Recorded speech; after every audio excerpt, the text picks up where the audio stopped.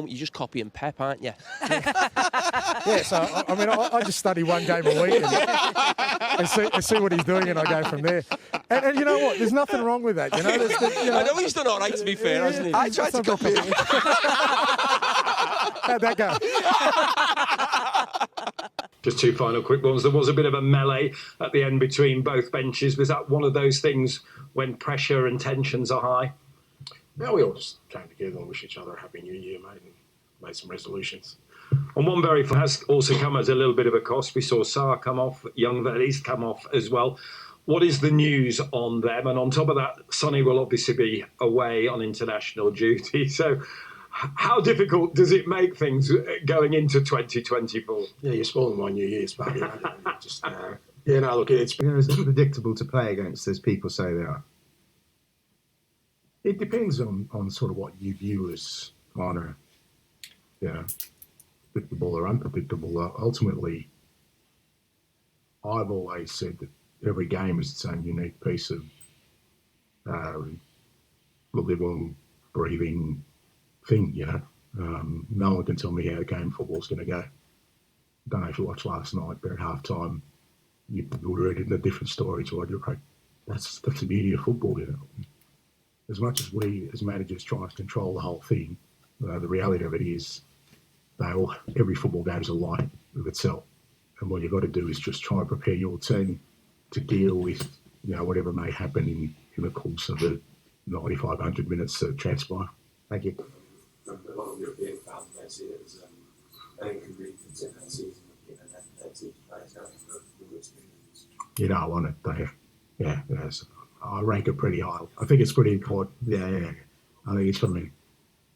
Yeah, I know, but, a lot of European fans see the Euros as fairly important. Well, it's the same for the Asian Cup or the African nations. So, it is, it's obviously, people can talk about the timing, but, we think, I said during the week, football players are playing all tournaments at the time, and even in the off-season, you worry about your players because they get a break. So it's part of the calendar, but Sonny goes on and finishes runner-up to Australia again, mate. I'll be really happy about it. I appreciate that everyone's learning all the time, but is there anything that you've learned in particular over the past few months?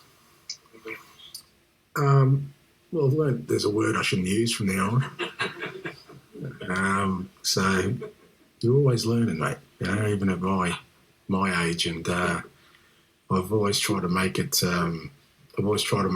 Sort of, a pact with myself that, I'm never going to stop learning, whether that's about life, football, or anything else. And I've enjoyed the experience so far. It's been everything I've kind of wanted it to be in terms of challenges and in terms of the space I'm working in. But at the same time, I think the years of experience that I've had have prepared me well for it.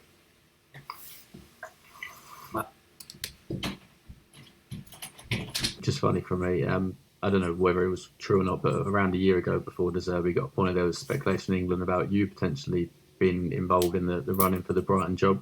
I wondered how far that ran in terms of yourself, and was it maybe the first time that your name was actually linked to a Premier League club? No one knew about it. So, no, look, I didn't have discussions with Brighton at the time, and to be honest, last year during the year, it wasn't really a possibility I was going to leave Celtic mid-season. I just didn't think that was.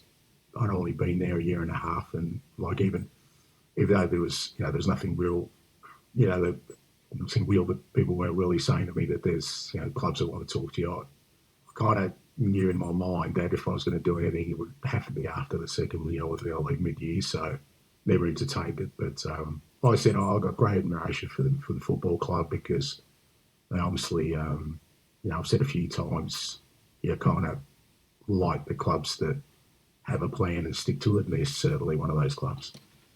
Who in their life doesn't have something that's stressful? I mean, I've lived 58 years now, and there's never been a time in my life where everything is perfect. I lost my father 3 years ago, and he should have been here for the journey. So I've got to deal with that. Everyone, and that's just me talking personally, but everybody in this room at this moment, you could be one part of your life could be flying, and there'll be something. It could be a family member, it could be a health issue, it could be a financial issue. There's always something, and footballers are not immune from that.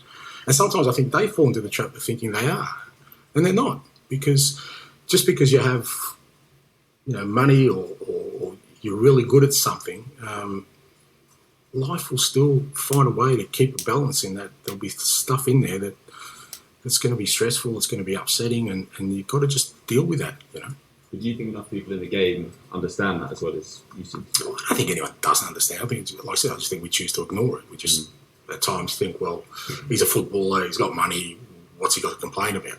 Well, of course he does. But then the footballer has to also understand that, his life is not, perfection doesn't exist in life. There are, plenty of people, who have what we would assume to have all the advantages in life who are fairly unhappy.